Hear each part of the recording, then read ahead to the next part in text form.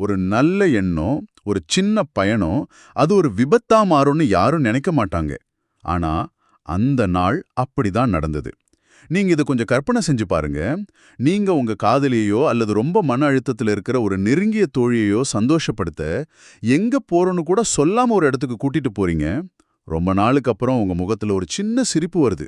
அப்பாடா, எல்லாம் சரியா போயிட்டு இருக்குன்னு நீங்க நிம்மதியா பெருமூச்சு விடுற அந்த நேரத்துல ஓடுற ட்ரெயின்ல இருந்து அவங்க திடீர்னு கீழே குதிச்சிடுறாங்க. யோசிக்கும் போதே பகீர்னு இருக்குல்ல. நிச்சயமா. அந்த ஒரு நொடி அந்த நாயகனுக்கு உலகமே தலைகீழா மாறியிருக்கும்.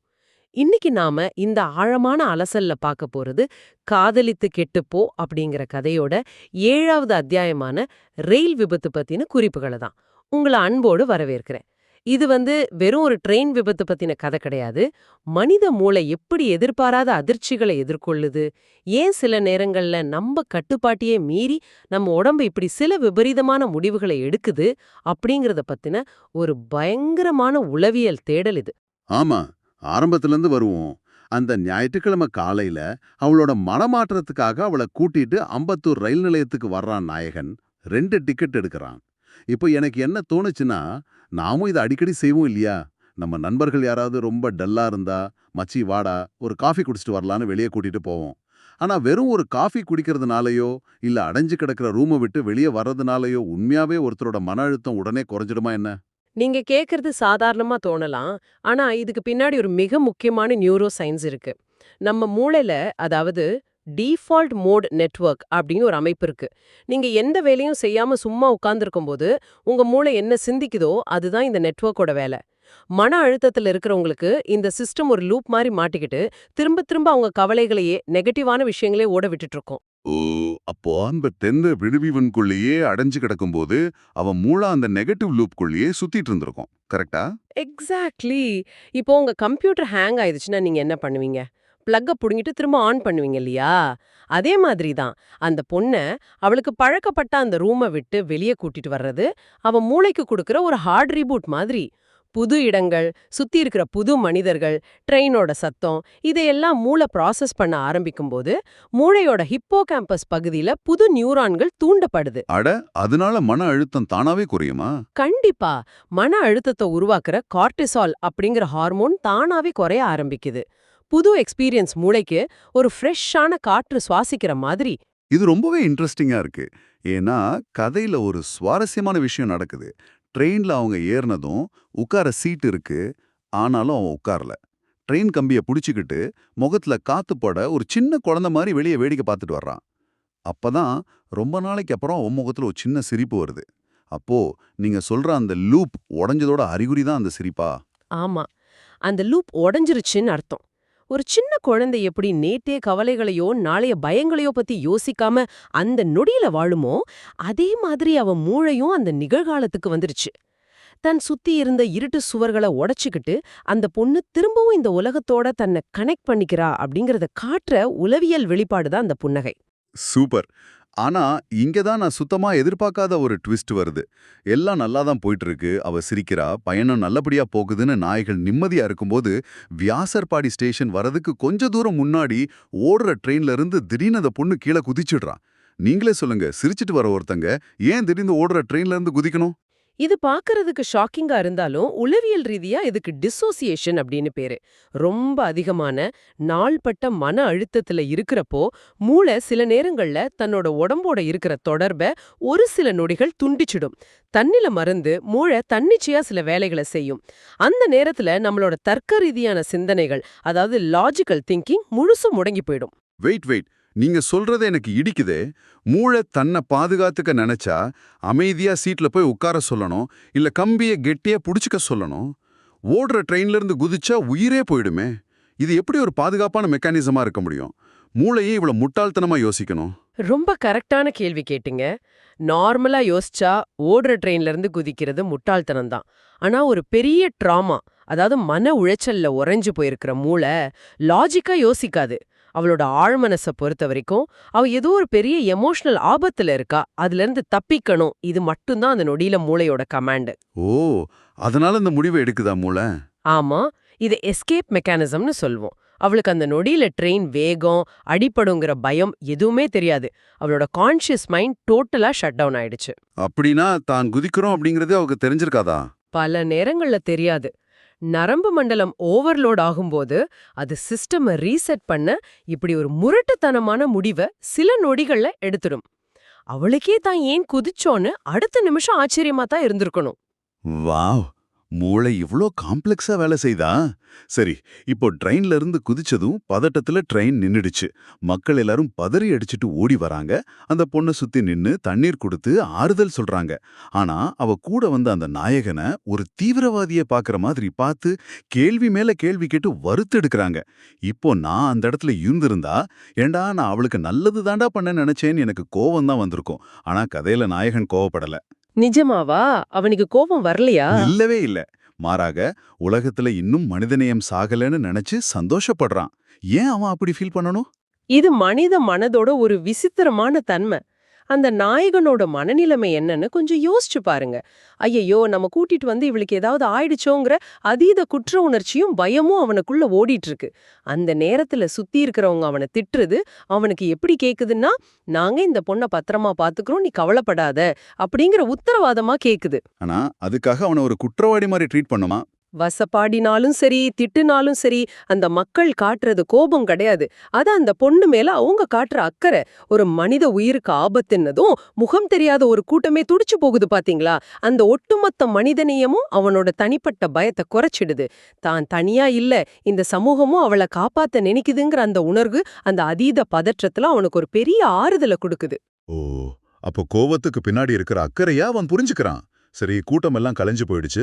நல்ல வேளையா அந்த பொண்ணுக்கு பெரிய அடி எதுவும் இல்ல. ஆனா அவ பயத்துல இவன் திட்டுவானோன்னு தலையை குனிஞ்சு நிக்கிறா. நாயகனுக்கும் அவங்க அம்மாவுக்கும் என்ன பதில் சொல்றதுன்னு ஒரு பயம். இப்ப நாயகன் அவன்கிட்ட, சரி வா, நம்ம வந்த இடத்துக்கே திரும்பி போயிடலான்னு சொல்றான். இதுதானே ரொம்ப இயல்பான ரியாக்ஷன். ஒரு விபத்து நடந்தா உடனே வீட்டுக்கு போகணும்னு தான் தோணும். ஆமா, பொதுவா யாருமே அந்த இடத்துல அப்படிதான் முடிவெடுப்பாங்க. பாதுகாப்பான இடத்துக்கு போறதுதான் முத எண்ணமா இருக்கும். ஆனா அந்த பொண்ணு என்ன சொல்றா தெரியுமா? 1000 தடவை அவன்கிட்ட சாரி கேட்டுட்டு இவ்ளோ தூரம் வந்துட்டோம், பார்க்காம போகக்கூடாதுன்னு சொல்றான். நான் இதை சுத்தமா எதிர்பார்க்கல. நீங்களே யோசிச்சு பாருங்க. இப்போதான் ஓடுற ட்ரெயின்லேருந்து குதிச்சு உசுறு தப்பிச்சிருக்கா. ஏன் அந்த பயணத்தை தொடரணும்னு அடம் பிடிக்கிறா? இந்த இடம்தான் ஒட்டுமொத்த கதையோட மையப்புள்ளி. நம்ம நரம்பு மண்டலத்தோட ஃபைட் ஆர் ஃப்ளைட், அதாவது போராடு அல்லது விலகி ஓடு அப்படிங்கிற அடிப்படை குணத்தை இங்க நாம பார்க்கணும். ஓடுற ட்ரெயின்ல இருந்து குதிச்சது அவ கட்டுப்பாட்ட மீறி நடந்த ஒரு விபத்து. அது ஒரு விலகி ஓடல், அதாவது ஃப்ளைட். ஆனா குதிச்சதுக்கு அப்புறம் அவளுக்கு சுயநினைவு வந்துருச்சு. தான் செஞ்சது தப்புன்னு அவளுக்கு உரைச்சிடுச்சு. அப்போ நான் திரும்ப ரூமுக்கே போறேன்னு சொல்றதுதான் பாதுகாப்பான முடிவு? திரும்பி போறது தானே லாஜிக். வெளிப்பார்வைக்கு அது பாதுகாப்பா தெரியலாம். ஆனா உளவியல் ரீதியா பார்த்தா அந்த அதிர்ச்சியிலே உறைஞ்சு போய் அவ திரும்ப ரூமுக்கு போயிருந்தா அந்த பயம் அவளை வாழ்நாள் முழுசும் துரத்திட்டே இருந்திருக்கும். நம்ம ரொம்ப பலவீனமானவங்க, நம்மால வெளியவே வர முடியாதுன்னு அவ மூளை உறுதியா நம்ப ஆரம்பிச்சிருக்கும். ஓ, அப்ப தன்னோட பயத்தை அவளே ஜெயிக்கணும்னு நினைக்கிறாளாம். தன்னோட கண்ட்ரோலை திரும்ப எடுக்க நினைக்கிறாளா? 100% உண்மை. அந்த பயணத்தை தொடர்றது மூலமா தன்னோட வாழ்க்கையோட கட்டுப்பாட்டை அவ திரும்பவும் தன் கைக்கு கொண்டு வர்றா. இந்த விபத்து என்ன தோற்கடிக்க முடியாது, என்னோட முடிவை நான் தான் எடுப்பேன்னு அவ மூளை பண்ற ஒரு பெரிய போராட்டம் தான் அந்த முடிவு. ட்ராமால இருந்து வெளியே வர்றவங்களுக்கு இந்த ஏஜென்சி, அதாவது தங்களோட வாழ்க்கையை தாங்களே முடிவு செய்யற உரிமை ரொம்பவே முக்கியம். இது நிஜமாவே எனக்கு ஒரு பெரிய ஆஹா மொமெண்டா இருக்கு.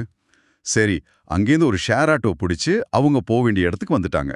அந்த இடத்தோட போர்டை அவளை வாசிக்க சொல்றான். அது ஒரு தொண்டு நிறுவனம். இங்கதான் நீங்க கவனிக்க வேண்டிய ஒரு பெரிய சர்ப்ரைஸ் இருக்கு. அவ வேலை பார்க்குற அதே தொண்டு நிறுவனத்துக்கு தான் அவளை அவன் கூட்டிட்டு வந்திருக்கான். ஆனா அந்த கேட் கிட்ட வர்ற வரைக்கும் அவளுக்கு அந்த விவரம் தெரியாது. இப்ப சொல்லுங்க, மன அழுத்தத்துல இருக்கிற ஒருத்திய ஏன் அவ வேலை பார்க்குற இடத்துக்கே கூட்டிட்டு போகணும்? இது கொஞ்சம் ரிஸ்கான சர்ப்ரைஸ் இல்லையா? ரிஸ்க் தான், ஆனா ரொம்ப ஆழமான புரிதலோட செய்யப்பட்ட ஒரு சர்ப்ரைஸ். மன அழுத்தத்துல இருக்கிறவங்களுக்கு பாதுகாப்பான இடம் அப்படிங்கிறது ரொம்ப ரொம்ப முக்கியம்.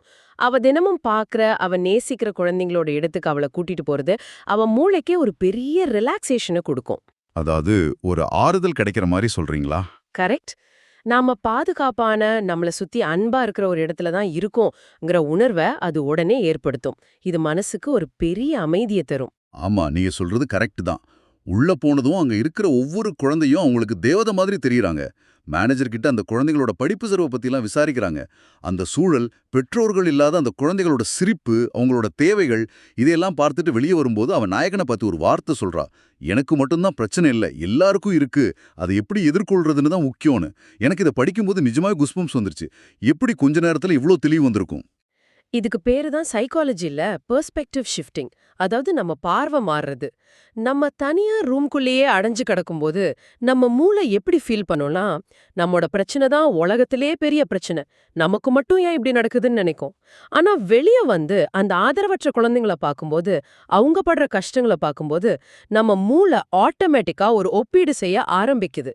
அப்ப நம்ம கஷ்டம் ஒண்ணுமே இல்லைன்னு தோண ஆரம்பிக்குதா? நம்ம கஷ்டம் ஒண்ணுமே இல்லைன்னு சொல்றத விட, நம்ம கஷ்டத்தை நம்மால கையாள முடியுங்கிற ஒரு நம்பிக்கை வரும். மத்தவங்களோட வலிய பார்க்கும்போது நம்ம மூளையில எம்பதி அப்படின்னும் பச்சாதாபம் சுரக்குது. இது நம்ம சொந்த கவலைகள்லேருந்து நம்ம கவனத்தை திருப்பி ஒரு பரந்த மனப்பான்மையை கொடுக்குது.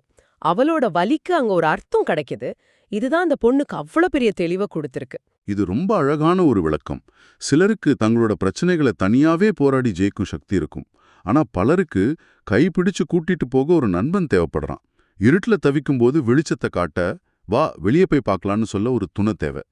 இந்த கதையில நாயகன் அந்த வேலையை ரொம்ப சிறப்பா செஞ்சிருக்கான். கண்டிப்பா. மனிதர்கள் தனிமைக்காக படைக்கப்பட்டவங்க கிடையாது. நம்ம காயங்களை குணப்படுத்திக்க நமக்கு இந்த வெளியுலகமும் சக மனிதர்களோட அன்பும் ரொம்பவே தேவை. ஒருத்தருக்கு ஒருத்தர் ஆதரவா இருக்கிறது தான் உண்மையான மனிதத்தன்மை. அந்த நாளோட முடிவுல நாயகனுக்கு மனசுல இருந்த பெரிய பாரம் இறங்கிடுச்சு. அன்னைக்கு ராத்திரி அவனுக்கு ரொம்ப நிம்மதியான தூக்கம் வருது. வெளியுலகம் தான் சில நேரங்கள்ல பெரிய மருந்து அப்படிங்கிற மிகப்பெரிய உண்மைய அவன் அந்த ராத்திரியில உணர்ந்துக்கிறான். 4 சுவத்துக்குள்ள அடைஞ்சு கிடக்கிறத விட வெளியே வந்து உலகத்தை பார்க்கறது தான் உண்மையான ஹீலிங். ஆனா இந்த கதை இங்க முடியல. இதுதான் ரொம்ப இன்ட்ரெஸ்டிங்கான பார்ட். தூங்க போறதுக்கு முன்னாடி அவன் யோசிக்கிறான், அடுத்த வாரம் அவளை எங்க கூட்டிட்டு போகலான்னு. ஆனா கதையோட கடைசி வரியில அவன் சொல்றான், ஆனா அப்படிப்பட்ட ஒரு இடத்துல நான் காத்திருப்பேன்னு என் கனவுல கூட நினைக்கலன்னு. அதுதான் ஒரு நல்ல எழுத்தாளரோட வெற்றி. கதை முடிஞ்சாலும் அது நம்ம மனசுக்குள்ள தொடர்ந்து பயணிச்சுக்கிட்டே இருக்கும். அந்த சஸ்பென்ஸ், அடுத்து என்ன நடக்கும் அப்படிங்கிற நம்மளோட கற்பனையை தூண்டி விட்டுக்கிட்டே இருக்கும். ஆமா ஆமா, என் வேகத்துல காத்திருக்க போறான். அந்த பயணம் அவங்கள எங்க கொண்டு போக போகுது, இது எல்லாம் நமக்கு ஒரு பெரிய கேள்விக்குறிதான். இந்த இடத்துல நான் உங்ககிட்ட ஒரு கேள்வியோட இதை முடிக்கலாம்னு நினைக்கிறேன். உங்களுக்கு மன அழுத்தம் வரும்போதோ அல்லது வாழ்க்கையில இருட்டு சூழ்ந்தது போல நீங்க உணரும்போது நீங்க எந்த 4 செவுத்துக்குள்ள அடைஞ்சு கிடக்கீங்க? உங்களுக்கான அந்த தொண்டு நிறுவனம் எது? உங்களை குணப்படுத்த நீங்க எந்த ரயில்ல ஏற காத்திருக்கீங்க? கொஞ்சம் யோசிச்சு பாருங்க. வெளியே வாங்க, உலகம் காத்துட்டு இருக்கு. இது காதலித்து கெட்டுப்போ கதையோட 7வது அத்தியாயத்தோட ஒரு ஆழமான அலசல். அடுத்த ஆழமான அலசல்ல உங்களை சந்திக்கும் வரை உங்களுக்கான அந்த பயணத்தை தொடங்குங்க. விடைபெறுகிறோம். நன்றி.